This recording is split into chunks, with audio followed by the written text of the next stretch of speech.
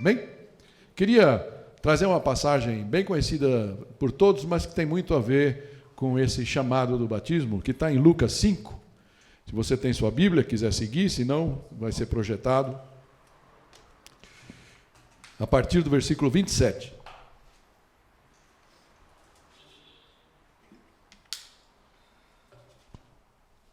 Lucas 5, 27. Diz assim: Depois disso, Jesus saiu e viu um publicano chamado Levi, sentado na coletoria, e disse-lhe: Siga-me. Levi levantou-se, deixou tudo e o seguiu. Então Levi ofereceu um grande banquete a Jesus em sua casa. Havia muita gente comendo com eles, publicanos e outras pessoas. Mas os fariseus e aqueles mestres da lei, que eram da mesma facção, queixaram-se aos discípulos de Jesus: Por que vocês comem e bebem com publicanos e pecadores? Jesus lhes respondeu: Não são os que têm saúde que precisam de médico, mas sim os doentes. Eu não vim chamar justos, mas pecadores ao arrependimento. Amém? E o que eu queria abordar com vocês nessa reflexão aqui é justamente isso. O que é mais importante? O que é mais importante? Não sei se alguma vez na sua vida você... Eu acho que todos nós. Eu me fiz essa pergunta. Talvez não na minha adolescência, mas no começo, na minha juventude. Faz um pouquinho de tempo, né? É que eu sou jovem ainda, mas jovem aí há bastante tempo. Aquela pergunta assim: é só isso? Tudo se resume a isso? E talvez essa pergunta tenha acompanhado Mateus, Levi. Amém? E eu queria trazer 4 pontos rapidamente aqui para a nossa reflexão. E o primeiro deles é justamente esse. O que fez Levi deixar tudo? Como Lucas nos fala. E é muito impressionante essa cena, né? É intrigante até você pensar. Talvez até levante uma certa dúvida. Será que foi assim mesmo? Tão rápido? E o que levaria um homem a deixar tudo e simplesmente seguir a um único comando, um único chamado de Jesus? O que nós sabemos desse homem, Levi? Lucas fala 2 coisas aqui. Primeira coisa que ele fala é que era um publicano, não é? Então, ele só nos dá conta disso, que ele era um publicano, um cobrador de impostos. Eu sei que vários de vocês sabem, mas talvez você que nos visita não tenha isso tão claro na sua mente. O que era esse cobrador de impostos? Uma profissão que nunca foi popular. Estamos juntos? Cobrador de impostos não é uma profissão popular. Mas nesse caso específico aqui, os publicanos lá eram muito mais impopulares. Talvez a gente nem consiga entender. Eles eram considerados traidores da pátria. Tomavam do seu próprio povo para engordar os cofres de Roma, a nação opressora. E certamente de alguns soldados na linha de comando romana. E eles eram mais odiados ainda, porque na sua maioria eles eram corruptos. Corrupção a gente entende bem, não é? Eles eram corruptos. Eles retiravam do povo mais do que a cota exigida pelos romanos. Para quê? Para ficar com uma parte gorda ali para si. Era como se fosse uma comissão, ou um adicional de insalubridade, né? Certo? Ou uma taxa de periculosidade, porque como eles eram odiados, provavelmente, até naquele filme do Chosen, que eu tenho falado bastante, Os Escolhidos, né? Mostra lá que onde estava lá o Mateus, certo? O Levi, dessa história, tinha os romanos ali, os soldados em volta, justamente para que ninguém fosse ali atirar uma pedra nele, vamos dizer assim, certo? Então a gente pode dizer que eles eram odiados, mas não sem razão. Lucas ainda conta que ele estava ali sentado na coletoria. É um detalhe que passa para a gente despercebido, não é? Mas tem um detalhe aqui importante. Muitos dos publicanos da época, eles, para não se desgastar com o povo, eles terceirizavam, ou seja, eles contratavam os famosos laranjas, né, os cobradorzinhos mesmo, manés, né, que iam lá fazer a cobrança e, portanto, o ódio ia para aqueles... Acontece muito aqui com algumas coisas escusas da nossa sociedade, né? Drogas, assim.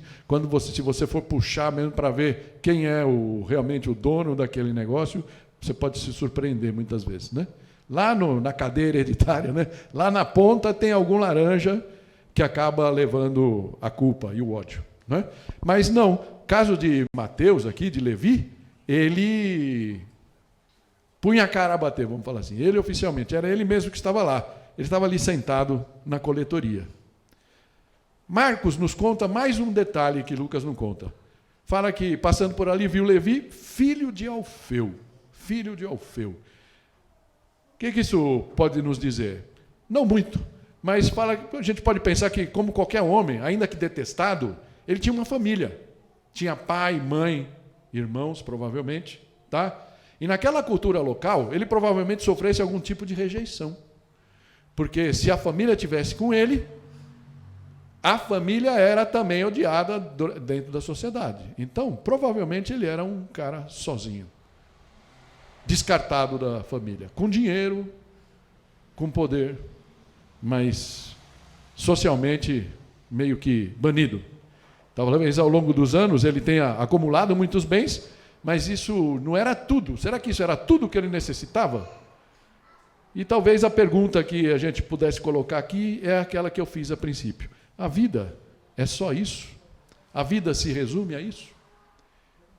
Talvez isso estivesse ali como pano de fundo da decisão que parece tão rápida dele quando ele ouviu o chamado de Jesus. Eu sei que eu já trouxe para alguns aqui, em alguns momentos. Esse é o John Stott, já falecido, teólogo, pastor, né? E num livro Cristão Contemporâneo, ele fala que ele chama da tríplice busca dos homens e mulheres dos nossos dias. Nossa alma tem anseio por 3 coisas, ele fala: transcendência, significância e comunhão. E eu queria aqui gastar alguns minutinhos só para a gente entender o que é isso, né? Para que não ficasse uma coisa burocrática. Ele fala da tríplice aspiração universal. Talvez isso nos explique um pouco por que Levi pulou assim que ele recebeu aquele siga-me de Jesus, não é? Então, quero explorar um pouquinho isso daqui. Transcendência, o que é isso? Né? O que é transcendência? É a busca daquilo que vai além de nós mesmos. Eu acho que isso todos nós podemos entender. Essa busca da realidade suprema, que se encontra além do universo material. É o reconhecimento de que o homem não vive só de pão, das coisas que o materialismo pode dar, satisfazer plenamente. Porque o materialismo não consegue satisfazer o nosso espírito totalmente. Sim ou não? Não é verdade? Você tem, você conquista, você troca de carro, você vai para um apartamento maior. E nada disso parece cobrir aquela insatisfação que você não consegue nem explicar, mas que você intui. E é isso. Será que é só isso a vida? Então, muitos, né, principalmente nos últimos 50 anos, a civilização ocidental tem buscado essa transcendência em várias coisas, né? Yoga, meditação transcendental, religiões orientais, ocultismo, viagens místicas, até sexo, né, que é um pouco do mantra aí dos materialistas, né? E na música, ou até mesmo no álcool e nas drogas, muitas vezes, infelizmente. Infelizmente. Você não encontra nada que lhe dá satisfação, e aí você começa a beber, você vai cada vez numa coisa mais pesada em termos de drogas, para ver se aquilo preenche esse buraco. Né? Então, no Brasil até, né, se você lembrar lá do Centro-Oeste, alguns até mergulham em alguma consciência mais elevada, induzida por drogas alucinógenas. Já ouviu falar do Santo Daime, né, lá em Goiás, naquela zona lá. E isso acontece. Tá? Mas essa busca desses caminhos sempre acaba sendo frustrante. Por quê? Porque a gente não encontra Deus ali, não é verdade? A gente não encontra Deus nessas coisas. O Stott comenta que as pessoas estão desiludidas com o que se chama do deserto do secularismo ocidental. Né? No Ocidente se decidiu deixar Deus fora das coisas. Há uma questão de umas 4 semanas, começou a ser noticiado, de um pastor que estava numa praça, não sei que cidade americana, estava pregando com a sua Bíblia, ele costuma fazer isso, e aí, de repente, ele foi cercado por policiais, ele não entendeu bem o que estava acontecendo, e ele foi preso. Ele foi preso, por quê? Porque ele estava ali como se estivesse incomodando a liberdade das pessoas. Então, Esse é o problema do secularismo. Então, quando você cria uma existência sem Deus, a gente sabe que fica um buraco, né? Aonde você vai completar isso? Talvez isso tivesse ali na... Por isso que tem uma passagem interessante de Paulo lá em Atos 17, quando ele fala lá aos atenienses, que ele fala de Atos 17, 27, fala assim: Deus fez isso para que os homens o buscassem e talvez tateando, como se estivessem cegos, pudessem encontrá-lo, embora ele não esteja longe de cada um de nós. Então, interessante pensar que Jesus não estava longe de Levi. Talvez Levi tivesse visto Jesus passar por lá, porque aqui em São Paulo, você fica sabendo de repente um negócio que aconteceu na Zona Leste. Se não fosse a televisão, se não fosse a internet, a gente não saberia. Mas numa cidadezinha pequenininha, como Cafarnaum, onde isso provavelmente aconteceu, né? Você imagina, Jesus era um evento, todo mundo sabia, né? Com certeza Levi sabia, já tinha visto algumas coisas que tinham acontecido ali. Então, Levi certamente viu ali uma oportunidade de encontrar-se com o transcendente e não desperdiçou essa oportunidade, amém? O segundo ponto é essa significância. Então, o que é significância? Busca do seu lugar, do significado para a vida, do propósito na vida. Fazer diferença na vida de alguém, ainda que sejam poucas pessoas. Amém? Então, tentando encontrar a si mesmos, quando não sabemos o significado da nossa existência, a nossa vida pode se tornar meio sem valor, né? A gente pode ficar meio murcho se a gente não sabe significado, certo? Mas, apesar da queda, é bom que você saiba que nós temos valor para Deus, amém? Nós fomos feitos semelhança de Deus e nós temos valor para Ele. Somos pessoas dignas de sermos amados. A cruz de Cristo é a maior evidência disso. É a evidência pública do valor que Deus dá para a gente, a ponto de morrer por nós naquela cruz. As pessoas importam. Todo homem e mulher e criança tem valor e significado, como ser humano criado à imagem e semelhança de Deus. Talvez Levi sentisse este vazio de significado na vida dele. Talvez você ainda sinta este vazio. E por isso você recorre a alguns outros recursos. Quem sabe Jesus ainda tem um espaço a ocupar na sua vida, que ainda não está ocupando. Amém? Esse é o segundo ponto. E o terceiro ponto, comunhão. Acho que todos nós podemos qualquer um de vocês poderiam vir aqui falar disso, né? Busca do amor num mundo cada vez mais individualista.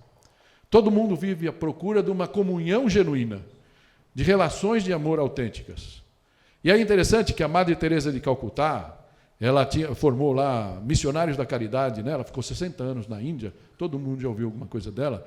E ela foi para lá por quê? Porque aquele povo era tão pobre, tão paupérrimo, né?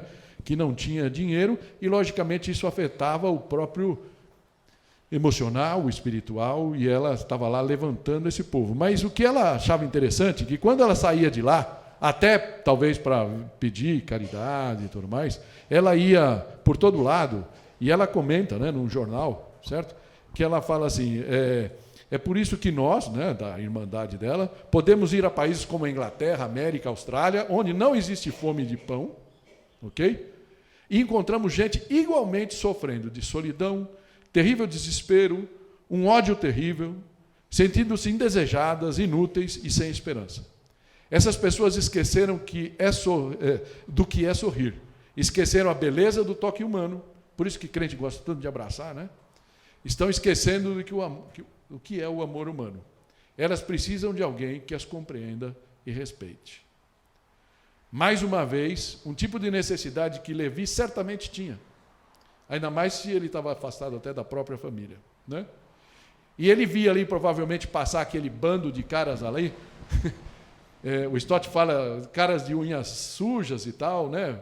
Talvez meio até mal cheirosos, mal dormidos, algumas vezes mal alimentados, mas com certeza quando ele olhava para aquele bando que estava junto com Jesus, ele via um brilho nos olhos dele, ele via uma alegria ali, uma comunhão que ele não tinha.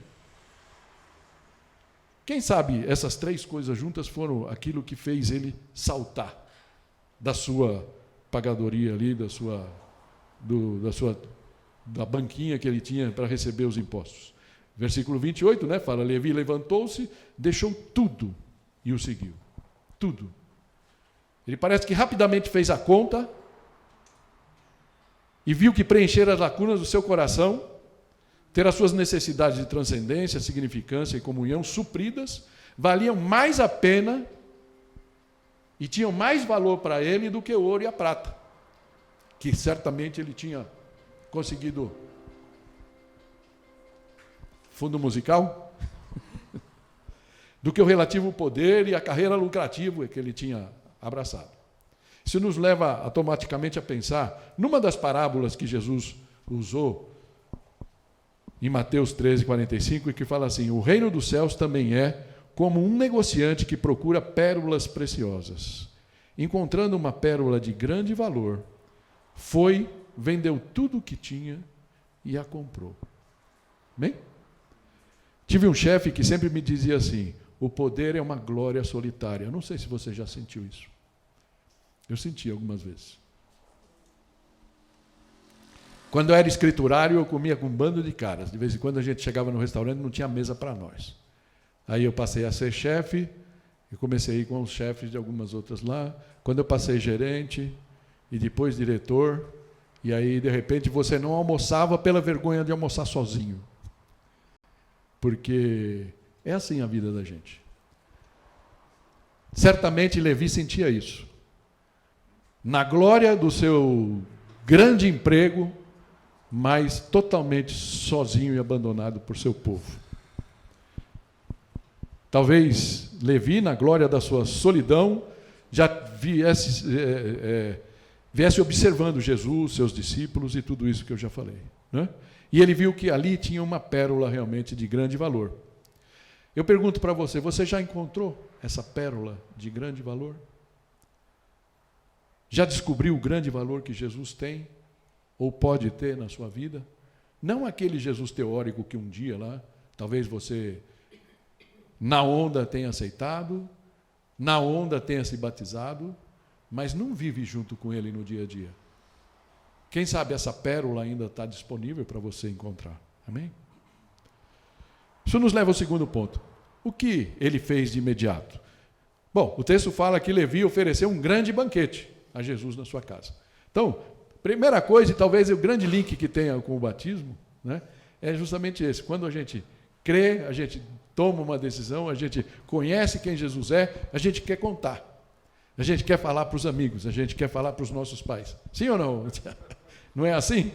Chega, meu amigo, vem cá. De vez em quando eu tenho algumas frustrações, né, com essas histórias, mas a gente quer. Então, Levi fez a mesma coisa. Falou, vou fazer uma festa aqui, vou chamar a turma, né? E então chamou lá os seus publicanos e outras pessoas, o texto fala. Alguns textos falam publicanos e pecadores, né? Já colocando um julgamento sobre as pessoas.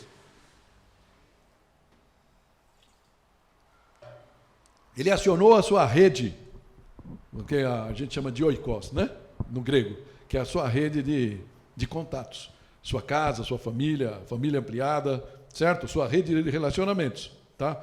E aí, eu gosto muito, eu já mostrei isso outras vezes, esse cara é o Steve Andrews, que a gente conheceu aí de vários seminários, e ele fala assim, que cada um está colocado estrategicamente por Deus para alcançar quem ninguém mais poderia alcançar, certo? Então, Tiago e Pamela, Deus colocou vocês, não vou dizer num bairro, numa rua, poderia ser isso também, certo? Algumas pessoas é isso, mas numa família, numa condição de que vocês vão poder, e são chamados a alcançar pessoas, seu pai, Pamela, por exemplo, né? E, sei lá, outras pessoas, que só Deus colocou vocês lá e está chamando vocês para que vocês sejam bênção ali, sejam usados, assim como cada um de nós.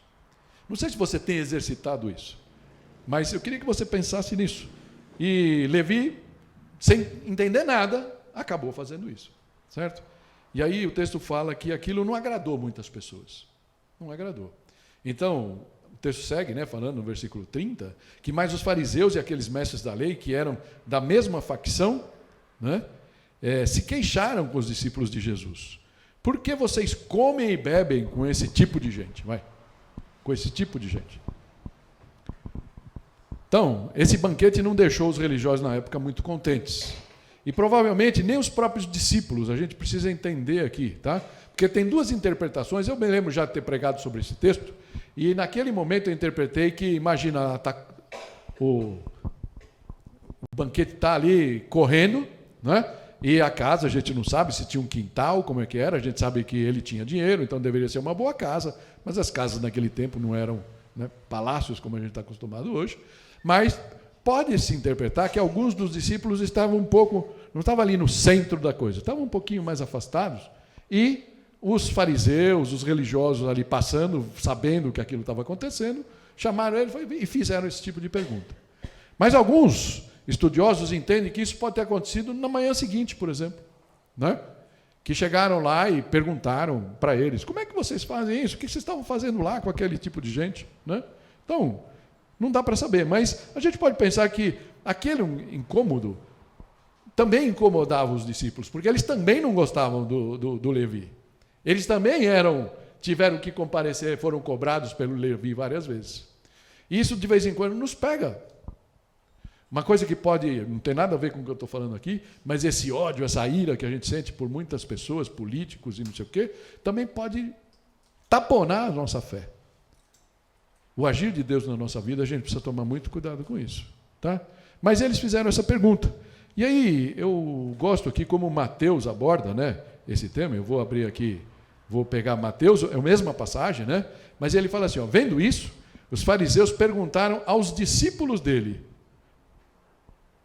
por que o mestre de vocês, aí falando especificamente do líder, de Jesus, por que você come? E é interessante a gente pensar nesse come. Por que era tão importante o come com pecadores? Porque acho que na nossa cultura é a mesma coisa. Quando você come juntamente com o homem, significa que você tem uma certa comunhão com ele. Não é assim que a gente entende a comida? Certo? Tem uma aceitação boa daquela pessoa. O que para eles era um absurdo, mas não para Jesus. Então, como vocês que se dizem religiosos podem ter comunhão com esse tipo de gente? É a pergunta que eles faziam. Porque aquelas pessoas que estavam ali, que Lucas fala outras pessoas, eles podiam até crer em Deus, mas eles não seguiam a cartilha da tradição judaica, né? Eles não estavam ali fazendo jejum, eles não estavam cumprindo aquele ritual, indo no templo 2 vezes por dia e blá, blá, blá. Então, por isso, eles eram desprezados. E na nossa cultura, a gente fala de cancelados. Eles eram cancelados pior que pelos líderes religiosos da época. Certo? Mas como é que Jesus anda nisso daí? Ele, por outro lado, parecia estar bem confortável. Certo? Os convidados também. Apesar de Jesus ser da santidade, da beleza, do linguajar de Jesus, isso não era uma barreira para os pecadores. Todos se sentiam bem perto dele, procuravam ele. Não é assim? Eu não lembro se Marcos ou Mateus fala que a casa de Levi, né, casa de Mateus aqui, estava cheia na festa, porque não só pelos amigos do próprio Mateus, mas por algumas pessoas que estavam ali seguindo Jesus, e Jesus, né, na hora ali, acabaram entrando, né? Uma boca livre ali, eles acabaram entrando também. Tá? Então, eu posso dizer para vocês uma coisa.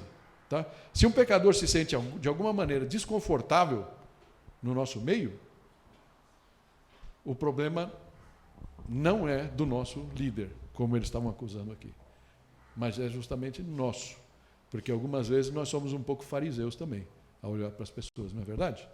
A gente se põe numa capinha de religioso, né, e começa a olhar para os outros com isso. Então, que a gente não caia nesse erro. Isso nos leva para o terceiro ponto aqui, correndo, né? Quem precisa de Jesus? Quem precisa de Jesus? Então, Jesus vendo ali provavelmente a dificuldade dos seus discípulos para responder aquilo, o constrangimento deles, uma certa saia justa, talvez porque também estavam inseguros, talvez alguns deles até falassem, eu concordo com vocês, que a gente não deveria andar com essa gentalha. Né? Mas ali, então Jesus salta na frente e ele responde. Jesus respondeu, não são os que têm saúde que precisam de médico, mas sim os doentes. E é óbvio que Jesus aqui, ele está usando de ironia, né? Ok? A gente chama que Jesus é o nosso médico divino, né? Opa, não tá mais aqui, né? Está lá na frente, né? O logo da aliança. A gente crê que Jesus é o nosso médico divino, mas não é disso que ele está falando aqui. Ele está dizendo assim, ó, não são os que têm saúde ou os que pensam que têm saúde. Os que pensam que são saudáveis. E sim aos doentes. Da mesma forma, os que reconhecem que precisam de tratamento e ajuda. Amém? Então eu não sei qual é a sua situação hoje, né? Mas eu arriscaria dizer para você assim, se você acha que está tudo bem com você, que você não precisa de Jesus, que a sua vida está a mil maravilhas, é como se Jesus estivesse falando para você, eu não vim por você. Mas ao contrário, se você olha para a sua vida, quando você se olha no espelho, quando você para pensar, você fala, caramba, podia ser diferente, falta alguma coisa, eu sinto essa necessidade. Aí Jesus fala, opa, legal, podemos trabalhar junto. Amém? Essa é a realidade do Evangelho. Então, ele deixa às claras o grande problema da abordagem daqueles religiosos ali que estavam abordando os seus discípulos. Daquele tempo e de hoje também.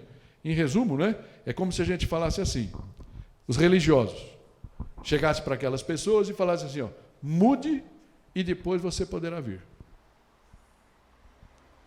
Certo? Cure-se a si mesmo, Tiago. Aí depois vem para cá que a nossa igreja é legal. Aqui só tem gente santa, ok? Só gente boa. Ninguém peca. Se pecar, a gente expulsa, certo? Então, se você conseguiu resolver teus problemas, venha que você vai ser bem acolhido, amém? Essa é a visão religiosa. É mais ou menos a forma que os fariseus olhavam para os outros judeus. Que talvez alguns religiosos no Brasil olhem assim. Não é?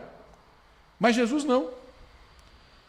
Jesus olha para as pessoas e fala assim, ó, venha a mim e você será curado. Sei lá qual é o seu problema.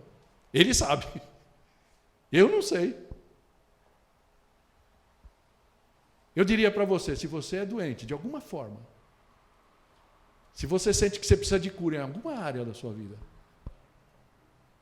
cura, ira, medo, inveja, ciúme, desamor, tantas coisas que podem tocar o nosso coração, Jesus está falando para você, venha, venha. Esse foi o convite que Jesus fez a Levi, e esse é o convite que ele quer fazer para você hoje, amém? O texto segue um pouquinho, né? Jesus no versículo 32 fala, eu não vim chamar justos, mas pecadores ao arrependimento. E as palavras de Jesus são tão brilhantes aqui, e elas explicam a missão dele aqui na terra. Ele deixou claro que o seu trabalho não era entre aqueles que se julgam justos. Porque, vamos combinar, tem muita gente que se julga justo. Eu sou tão bonzinho, eu sou tão boazinha, desde pequenininho eu fiz tudo bonitinho, botei a roupa bonitinha, minha bolsinha, né? Eu lembro da Ana, quando era pequenina, a mulher que falava a menina da bolsinha, né? Tudo bem, né? Mas, e o teu coração? E os teus pensamentos? Como é que você anda na verdade? Será que você não esbarra em nenhum dos pecados que Jesus apontou? Então, ele deixou claro que o seu trabalho não era entre esses que se julgam justos, que têm boa reputação e, portanto, pensam que só precisam cumprir alguns rituais religiosos, né? Posso ler aqui 3 Pai Nosso e Ave Maria, para satisfazer a sua própria autoestima. Tá? Mas não. O seu trabalho era entre os que têm consciência que são pecadores. E essa consciência é primordial para que ele possa... É a porta que a gente abre. Quando ele fala lá, eis que estou à porta e bato, é essa porta. Falando, Deus, Jesus, eu não sou tão bom quanto eu me imagino. Porque quando eu não olho no espelho, eu me sinto até que está tudo bem e posso seguir em frente, eu nem preciso de você, não preciso do Senhor. Mas quando eu olho no espelho espiritual, eu vejo o que eu preciso. Eu vejo que sozinho eu não consigo pagar essa conta. Amém? Então, Jesus nos convida a um pequeno passo na sua direção, que possa nos levar a um momento de autoconhecimento genuíno. Genuíno. Uma espécie de espelho espiritual, como eu falei. da constatação da nossa verdadeira condição espiritual e de que reconhecer que Jesus é o nosso mestre e salvador, para que a gente possa encontrar então aquela transcendência, o significado e a comunhão que a gente tanto anseia. Então, o que é esse arrependimento? É o que a Bíblia chama de metanoia, né, no grego, que é a mudança de mente. Mas o arrependimento não é fácil para os respeitáveis e justos aos seus próprios olhos. Isso nos leva para a última parte, eu já estou fechando. Não sei porquê, acho que eu fiquei perto da água ali, me secou a água interna aqui, desculpa. Se eu tivesse só um copo aqui, já teria ido faz tempo. Então, ainda bem que eu tenho um pouquinho mais de coisa aqui. Lucas, né? Espera aí, mais um, né? Aqui. O que é mais importante, portanto, que é o nosso tema de hoje? Na sequência, imagine que essa interpelação, esse questionamento dos religiosos da época foram na manhã seguinte, por exemplo, né? Isso aqui foi na sequência, natural, como Lucas mostra, né? No versículo 33 fala assim: e eles lhe disseram, os discípulos de João jejuam e oram frequentemente, bem como os discípulos dos fariseus, mas os teus vivem comendo e bebendo. Ou seja, esse comer e beber aqui para eles era um problema, né? Então, como justos que eram, ou como eles se viam, eles se viam como justos, eles continuavam questionando Jesus pela religiosidade, pela parte ritual da fé, né? Então eles apelam, mais uma vez, pensando nas práticas religiosas. Todos eles faziam jejum. Como se diz, os discípulos de João Batista, que eles antes odiavam, né? Agora eles usam até como argumento. Até os discípulos de João Batista jejuam. Como é que os teus vivem aí por aí? Comendo e bebendo, né? Como é que os teus discípulos não seguem o ritual religioso? É mais ou menos isso, né? Jesus então responde para eles: podem vocês fazer os convidados do noivo jejuar enquanto o noivo está com eles? Mas virão dias quando o noivo lhe será tirado, naqueles dias jejuarão. Ou seja, Jesus está falando aqui, ele é o noivo, ele estava na terra, certo? Ele falou, os hóspedes do casamento não jejuam. É a essência da resposta de Jesus aqui. Então, a presença de Jesus trazia alegria, trazia festa, trazia união, trazia tudo aquilo, né? Trazia a cura, tudo isso que é bacana na história de Jesus. Então, realmente seguir a Jesus é entrar numa experiência alegre. Então, se você se diz cristão, mas vive, dia, azar, quem sabe você ainda precisa conhecer esse Jesus de uma forma mais plena, não é? Certo? É importante essas coisas, não é? Então, aí ele fala, quando eu partir, eles vão jejuar, mas não como um ritual, não porque é obrigatório, entende? É assim que a gente tem que ver o jejum, mas como uma questão que se coloca diante de Deus para ter um momento mais profundo diante de Deus, não para cumprir um ritual. E ele segue. Então, lhes contou uma parábola, e aqui essas duas parábolas concluem a nossa meditação. Ele fala, ninguém tira remendo de roupa nova e o costura em roupa velha. Se o fizer, estragará a roupa nova, além do que o remendo da roupa nova não se ajustará à velha. Lucas dá uma volta aqui, eu vou pôr aqui Marcos, só porque é mais fácil. Marcos fala assim, ninguém põe remédio de pano novo em roupa velha, pois o remendo forçará a roupa, tornando pior o rasgo. Como as minhas histórias já estão ficando velho, né? Todo pastor conta as histórias várias vezes, eu já falei para vocês várias vezes que eu tinha ainda tenho algumas camisas de estimação, né? Gosto delas, elas são de muito tempo, mas até teve um dia aí que eu me choquei. Eu vi que eu falei no ano passado, porque eu vi aqui no meu registro, aqui, eu falava que a camisa tinha 25 anos, e ela já tem 26, teria 26. 26 anos, né? E eu amava aquela camisa. Sabe aquela roupa? Giba, você vai me entender. Sabe aquela camisa que você olha e fala, essa camisa sou eu, não é assim? Não tem? Tem uma roupa assim? Essa camisa sou eu, ela cai tudo direitinho, mas, caramba, tão nova, e ela rasgou aqui. não sei o que está acontecendo com as minhas camisas. Depois dos 20 anos, elas começam a rasgar no cotovelo. Acho que eu fico muito tempo sentado trabalhando. Não sei, né? E aí eu tô, joga fora. Não, remenda para mim, dá um jeito. E ela fez uma coisa dessa, né? Colocou lá uma coisa por dentro, tal. Mas o que aconteceu? O pano da camisa, logicamente fininho, você põe uma coisa mais nova, mais dura ali, ela começa a rasgar em volta, né? Aí ficou horrível. E aí eu tive que concordar com ela. Fizemos o sepultamento da camisa, tal. Ok? Por que Jesus está pegando isso? Ele pegou uma coisa tão do dia a dia, não é?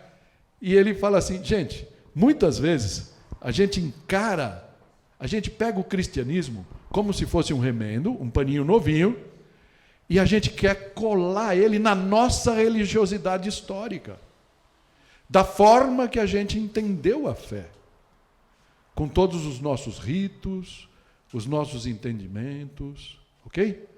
E não cola, porque Jesus, na nossa vida, é algo novo. Não é isso? Não dá, não adere. E aí, Jesus continua, e ele usa a figura do vinho, né? Ele fala, ninguém põe vinho novo em vasilha de couro velha. Se o fizer, o vinho novo rebentará a vasilha, e a vasilha se derramará, e a vasilha se estragará. Talvez você nunca tenha visto esse tipo de vasilha de couro que Jesus está comentando. E eu pus aqui, né? Dá para ver aí? Talvez você já tenha visto isso aqui. A gente já teve um, porque meu sogro é como espanhol, Tomasa como filha de espanhóis, né? Eu até aprendi a beber nesses trecos aí, né? Que você tem que fazer assim, né? Então, agora você acha, né? Chama a bota de vinho isso aí, né? Nome em espanhol, né? E então o que acontece? Dá para ver, né? Que ela é de couro, eles tiravam toda as tripas, tiravam toda a carne dos animais, ficavam só com o couro, né? Com a pele. Então, é natural. Assim como a nossa pele, queridos, né? Quando a gente é novinho, aquela pele, né? A gente pode engordar, depois você emagrece a pele, né? Aí depois, uma certa idade, você engorda, não vou dizer que é o meu caso, mas tudo bem, né? Aí você vai fazer um regime. Você faz um regime radical, a pele já está meio frouxa, aí começam a aparecer as estrias. Você imagina que a gente estiver cheio de vinho, ia vazar, ia estourar, ia estragar o vinho, né? Então, é essa figura que Jesus põe. Então, o que ele fala ali? Ao contrário, vinho novo deve ser posto em vasilha de couro nova. Ou seja, não adianta a gente pegar o cristianismo, pegar Jesus e colocar como se fosse um sticker, né? Um adesivinho em cima da nossa vida do jeito que ela era. Não é para isso que Jesus nos chamou. Ele quer transformar a mim e a você. E ele vai nos transformando de glória em glória, de tropeço em tropeço, de choro em choro, de erro em erro, de vitória em vitória. Porque como a gente cantou antes, a porta aberta é você, a porta fechada é você. Amém? E muitas vezes ele fecha portas para que a gente pare para olhar para ele. Não é assim? Essa é a minha experiência. Imagino que seja a sua também. Não é? Então, mas isso, logicamente, tem alguns problemas. E isso fala o quê? Aquilo que eu estava comentando antes, um pouco fora de lugar, mas 2 Coríntios 5 fala, portanto, se alguém está em Cristo, é nova criação. As coisas antigas já passaram, eis que surgiram coisas novas. Amém? Então, essa é a coisa. Eis que se fizeram novas as coisas. Então, eu preciso, isso é vinho novo. Isso é camisa nova.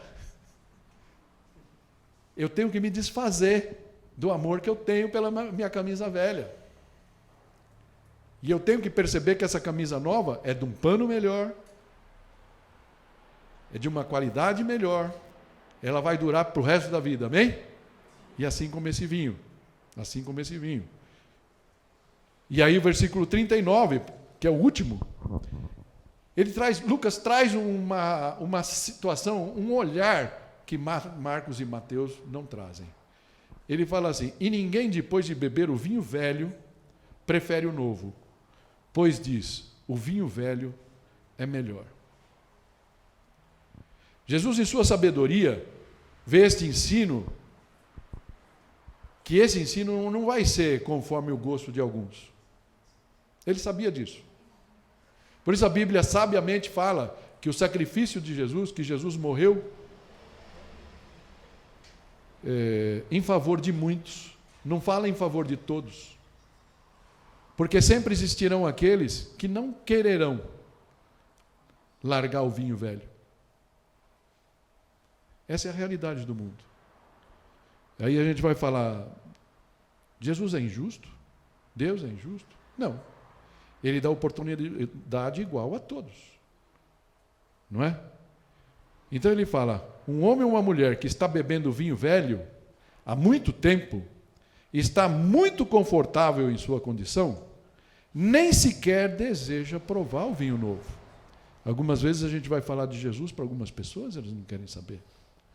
Ou estão em alguma prática que certamente Jesus não aprovaria, e você vai falar com elas, elas também não querem saber. Elas fazem ouvido moco, ouvido surdo. Por quê? Porque não querem abraçar o novo. O novo. Está tão satisfeito com o velho que nem sequer, por um momento, considera o novo. Então, para a gente realmente concluir, eu só queria fazer algumas perguntas para vocês e fazer uma colocação. Você pode se perguntar, antes do fechamento, será que Levi, o nosso Mateus, e aqui só um parênteses, a gente não sabe se Levi tinha 2 nomes, que poderia ser, ou se foi um nome que Jesus deu ao convidá-lo, né? Quando ele veio, assim como ele fez com Pedro, né? Com Simão, falou, a partir de hoje você vai ser o Pedro, né? Como ele fez com Saulo, que passou a ser Paulo, talvez tenha acontecido também com Levi. Mateus. Mateus é o evangelista, certo? O primeiro evangelho do Novo Testamento. E eu gosto do Max Lucado, estava até copiando uma parte do livrinho dele. Na introdução, ele sempre tem uma palavra interessante, um pouco mais criativa de cada livro. E ele comenta várias coisas lá e ele fala que era uma dupla em tanto, Jesus e Mateus. Ele fala, Mateus aceitou o convite de Cristo e nunca voltou atrás. Nunca voltou atrás. Passou o resto da vida convencendo pessoas de que esse carpinteiro era o rei. Você pode pegar que Mateus essa é a pegada de Mateus. Ele queria dizer que ele era o rei que os judeus esperavam. Né? Jesus, por sua parte, concedeu o chamado e nunca o tomou de volta. Nunca. A relação de Jesus com Mateus pode servir para nos convencer de que, se Jesus tinha um lugar para Mateus, aquele publicano, coletor de impostos, corrupto, ele tem um lugar para mim e para você. Amém? Que você possa descansar nessa verdade. Não importa onde você esteja, não importa onde você esteja, o que você tenha feito, ainda que você, dentro do seu ser, você está se recriminando, você tem até dificuldade de se perdoar. Jesus olha para você, não pelo que você foi, e nem pelo que você é hoje. Ele olha para você pelo que você será, o que você pode ser, junto com Ele, nas mãos dEle. Amém? E esse é o convite que eu deixo para vocês, Pamela e Tiago. O hoje foi muito legal. Vocês nunca vão esquecer desse momento. Amém? Um dia de glória. Mas o mais importante não é este dia aqui, mas é o dia que vocês encontrarão com Jesus. Como vocês estarão. Amém? Que vocês nunca arredem esse pé, como Mateus também não fez. Amém? Eu queria então te convidar a fechar os olhos.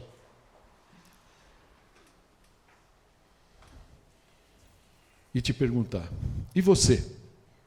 O que o Espírito de Deus está dizendo a você neste dia? Ele está perguntando, o que é mais importante para você? Como você reage ao convite que Jesus faz a você, também para segui-lo? O que você responderá a Jesus neste momento? Vamos orar? Senhor Jesus, olha para o meu coração. Ora comigo nesse momento.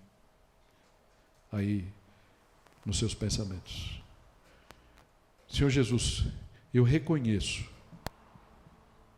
que me incluo entre aqueles doentes que o Senhor veio resgatar. Senhor, eu reconheço que eu preciso de Ti.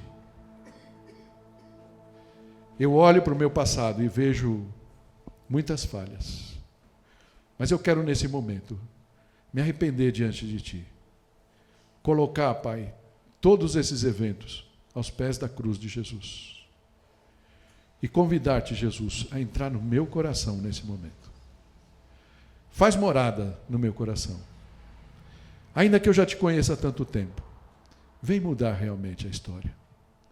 Eu me lembro nesse momento que quando, lá no livro de Apocalipse, no capítulo 3, versículo 20, o Senhor faz aquele convite: eis que estou à porta e bato.